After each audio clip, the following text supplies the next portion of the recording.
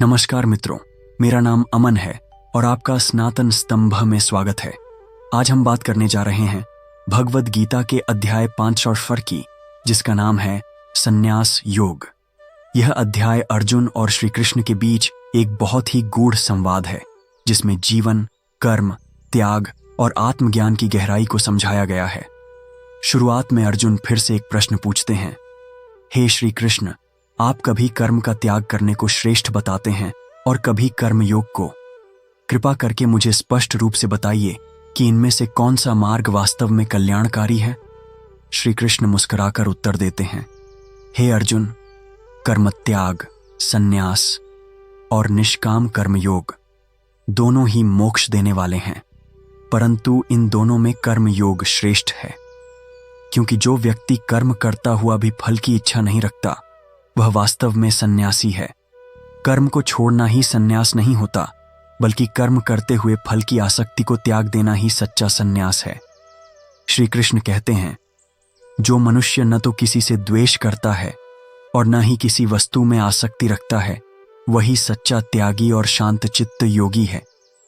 जो व्यक्ति कर्म को भगवान के प्रति समर्पित करके करता है, वह पाप से नहीं बंधता। जैसे कमल का पत्ता पानी में रहकर भी गीला नहीं होता, वैसे ही कर्मयोगी संसार में रहते हुए भी लिप्त नहीं होता। श्री कृष्ण कहते हैं, सच्चा योगी वही है जो सदा संतोष में रहता है, जिसके मन, इंद्रियां और बुद्धि वश में है, जो सब कुछ ईश्वर में अर्पित कर चुका है। ऐसा योगी बाहर के विषयों में सुख नहीं खोजता, बल्कि आत्मा में स्थित होकर भीतर से आनंदित रहता है। उसे पाने या खोने का कोई मोह नहीं होता। श्री कृष्ण आगे कहते हैं, जो मनुष्य ज्ञान की दृष्टि से सभी को समान देखता है, चाहे वह ब्राह्मण हो, गाय हो, हाथी हो, कुत्ता हो या चांडाल, वह वास्तव में ज्ञानी है। यही समदर्शिता है, जहां मनुष्य हर जीव में एक ही परमात्मा को देखता है। ऐसा ज्ञानी व्यक्ति न किसी से घृणा करता है, न किसी से मोह रखता है। उसे भीतर से स्थायी शांति प्राप्त होती है। जो पुरुष इंद्रियों को संयम में रखता है और मन, बुद्धि तथा आत्मा को एकाग्र करता है, वह श्री कृष्ण में स्थित हो जाता है। जो काम, क्रोध और मोह को जीत चुका होता है, वही इस जीवन में भी सच्चा सुखी कहलाता है।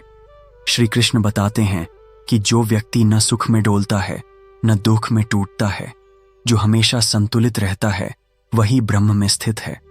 और अंत में श्री कृष्ण कहते हैं, जो इस जीवन में ही ब्रह्म को जान लेता है, वह मृत्यु के बाद भी ब्रह्म में लीन हो जाता है। यही मोक्ष है, जहां न जन्म है, न मृत्यु, न कोई दुख, केवल शुद्ध शांति और परम आनंद। ऐसा ज्ञानी पुरुष जो अपने मन को जीत चुका होता है, वह सच्चे अर्थों में आत्मा में स्थित हो जाता है। श्री कृष्ण कहते हैं, जो व्यक्ति अपनी इंद्रियों को वश में करके समत्व बुद्धि से कर्म करता है, वह न पाप से बंधता है और न पुण्य से फूला नहीं समाता। ऐसा मनुष्य सदा संतुलित रहता है, न किसी की प्रशंसा से डगमगाता है, न अपमान से टूटता है। कृष्ण समझाते हैं, जो मनुष्य बाहरी विषयों में सुख नहीं ढूंढता, बल्कि आत्मा में तृप्त रहता है, वही योगी कहलाता है। वह भीतर से उज्ज्वल, शांत और प्रसन्न चित्त होता है। ऐसा व्यक्ति संसार के झूठे मोहों से ऊपर उठ चुका होता है। फिर श्री कृष्ण एक अत्यंत गूढ़ बात कहते हैं, जो मनुष्य जन्म से पहले ही अपने काम, क्रोध और वासनाओं को जीत लेता है, वह इस संसार में रहते हुए भी मुक्त हो जाता है। उसके लिए मृत्यु का कोई भय नहीं होता, क्योंकि वह जानता है कि आत्मा न तो जन्म लेती है और न मरती है। श्री कृष्ण आगे बताते हैं कि जो पुरुष इंद्रियों को वश में करके मन और बुद्धि को शांत करके ब्रह्म में स्थित हो जाता है, वह ब्रह्मरूप हो जाता है। ऐसा व्यक्ति सब में परमात्मा को देखता है और परमात्मा में ही अपने आप को अनुभव करता है। अब श्री कृष्ण अर्जुन को समझाते हैं, जब व्यक्ति में कोई मोह नहीं रह जाता, जब वह न प्रिय से आसक्त होता है और न अप्रिय से द्वेष करता है, तब वह पूर्ण शांति प्राप्त करता है। ऐसा योगी सबके साथ मैत्री भाव रखता है। उसमें कोई अहंकार नहीं होता। वह स्वयं को कर्ता नहीं मानता, बल्कि ईश्वर की इच्छा को ही सब कुछ मानता है। श्री कृष्ण कहते हैं, जो पुरुष अपने समस्त कर्मों को मेरे प्रति समर्पित कर देता है, वह मुझ में लीन हो जाता है और अंततः मुझको प्राप्त करता है। यही है अध्याय 5 का गूढ़ संदेश, जहां हमें सिखाया जाता है कि केवल कर्म का त्याग ही मुक्ति नहीं है, बल्कि कर्म करते हुए त्याग भाव रखना, सब कुछ संभव से देखना, भीतर से शांत रहना और अपने मन को ईश्वर में लगाना ही सच्चा योग है। श्री कृष्ण यह भी कहते हैं कि ऐसा व्यक्ति चाहे संसार में रह रहा हो, चाहे गृहस्थ जीवन जी रहा हो, वह भी मोक्ष को प्राप्त कर सकता है। संन्यास का अर्थ संसार से भागना नहीं, बल्कि संसार में रहते हुए भीतर से परमात्मा में स्थिर हो जाना है। और इस प्रकार अध्याय 5 हमें एक ऐसा मार्ग दिखाता है जो सरल भी है और गहन भी, जहां केवल त्याग, ज्ञान और भक्ति से हम इस जीवन में ही पूर्णता प्राप्त कर सकते हैं। श्री कृष्ण अब अर्जुन को उस परम स्थिति के विषय में बताते हैं जिसे प्राप्त कर लेने के बाद मनुष्य फिर कभी दुहक में नहीं डूबता। वे कहते हैं, जो मनुष्य आत्मा के प्रकाश में स्थित हो जाता है, जो ब्रह्म के स्वरूप को पहचान लेता है, वह न किसी कर्म से बंधता है, न किसी के साथ द्वेष करता है, न ही किसी में आसक्ति रखता है। श्री कृष्ण कहते हैं, जो व्यक्ति ब्रह्म को जान लेता है वह सदा प्रसन्न रहता है। वह न किसी वस्तु से मोह करता है, न किसी परिस्थिति से विचलित होता है। वह जानता है कि सब कुछ नश्वर है और केवल आत्मा ही शाश्वत है। कृष्ण अर्जुन से कहते हैं, जो मनुष्य समदर्शी होता है, जो ब्राह्मण, गाय, हाथी, कुत्ते और चांडाल सब में एक ही परमात्मा को देखता है, वही ज्ञानी है, वही शांत है, वही मुक्त है। यह समता भाव ही सच्चा ज्ञान है। जब मनुष्य हर जीव को एक ही दृष्टि से देखने लगता है, जब वह जाति, रूप, रूपीय, पद, प्रतिष्ठा इन सब को त्याग देता है, तब वह स्वयं ब्रह्म रूप हो जाता है। फिर श्री कृष्ण कहते हैं, जो व्यक्ति न तो हर्षित होता है जब कुछ अच्छा होता है और न ही दुखी होता है जब कुछ बुरा हो जाए, वह व्यक्ति स्थिर बुद्धि कहलाता है। वह सच्चा योगी है, सच्चा ज्ञानी है।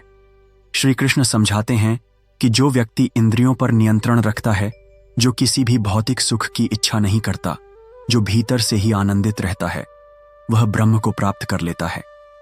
जब मनुष्य यह जान लेता है कि आत्मा अजर है, अमर है, तब वह मृत्यु से भी भय नहीं करता। श्री कृष्ण कहते हैं, जो व्यक्ति अपने समस्त कर्मों को मुझे अर्पित कर देता है, जो मेरे आश्रय में आकर कर्म करता है, जो श्रद्धा और भक्ति से भरा होता है, वह मुझे ही प्राप्त करता है। यहां कर्म का अर्थ है अपने कर्तव्य को पूरे मन से करना, परंतु फल की आसक्ति को त्याग देना। संन्यास का मतलब सिर्फ जंगल चले जाना नहीं है, बल्कि यह है कि हम संसार में रहकर भी मन से निर्लिप्त रहें, जैसे कमल का फूल कीचड़ में रहकर भी साफ रहता है। श्री कृष्ण कहते हैं, जो व्यक्ति मुझ में लीन हो जाता है, जो मन, बुद्धि और आत्मा से मुझे समर्पित हो जाता है, वह कभी भी संसार के दुखों से नहीं डरता और अंततः वह मेरी शरण में आकर मोक्ष को प्राप्त करता है। यह है संन्यास योग का वास्तविक रहस्य, जहां त्याग बाहरी नहीं बल्कि आंतरिक होता है, जहां कर्म करते हुए भी मन शांत रहता है और आत्मा साक्षी बनकर सब कुछ देखती रहती है। अब श्री कृष्ण अध्याय 5 के अंतिम श्लोकों में अर्जुन को उस उच्च अवस्था की ओर ले जाते हैं, जहां मनुष्य न केवल मोक्ष प्राप्त करता है, बल्कि परम शांति और पूर्ण आनंद को भी अनुभव करता है। वे कहते हैं, जो मनुष्य अपने मन को मुझ में स्थिर कर देता है, जो मेरी भक्ति करता है, जो मुझको ही अपने जीवन का परम लक्ष्य मानता है, वह सदा के लिए दुखों से मुक्त हो जाता है।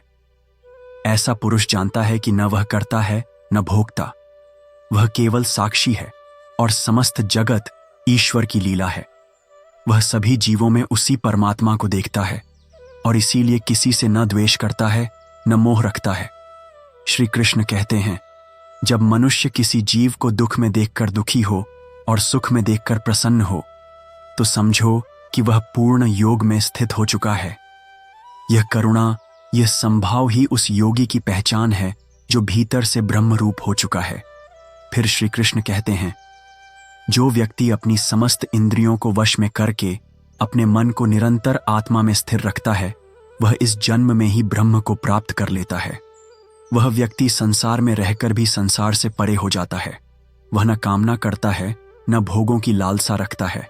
उसका हृदय निर्मल हो जाता है, जैसे जल में कमल, वैसे ही संसार में रहते हुए भी वह लिप्त नहीं होता। श्री कृष्ण समझाते हैं कि जब व्यक्ति मुझको जान लेता है कि मैं ही समस्त यज्ञों का भोक्ता हूं, मैं ही समस्त प्राणियों का मित्र हूं और मैं ही इस जगत का स्वामी हूं, तो वह सच्ची शांति को प्राप्त करता है। यह ज्ञान ही उसे परम विश्रांति देता है। जब वह जान लेता है कि यह सारा संसार मुझसे उत्पन्न हुआ है और अंततः मुझ में ही लीन हो जाता है, तब उसके लिए न कोई भय शेष रहता है, न कोई भ्रम, न कोई बंधन। और यहीं समाप्त होता है भगवद गीता का 5वां अध्याय, संन्यास योग। यह अध्याय हमें सिखाता है कि त्याग केवल वस्त्र या घर का नहीं, बल्कि भीतर की आसक्तियों का होता है। कर्म करते हुए भी ईश्वर में स्थित रहना, सब में ईश्वर को देखना और अंत में उसी में लीन हो जाना ही इस जीवन का परम उद्देश्य है। जो यह समझ गया उसने सब कुछ समझ लिया। जो इस मार्ग पर चल पड़ा उसके लिए फिर कोई भ्रम नहीं बचता।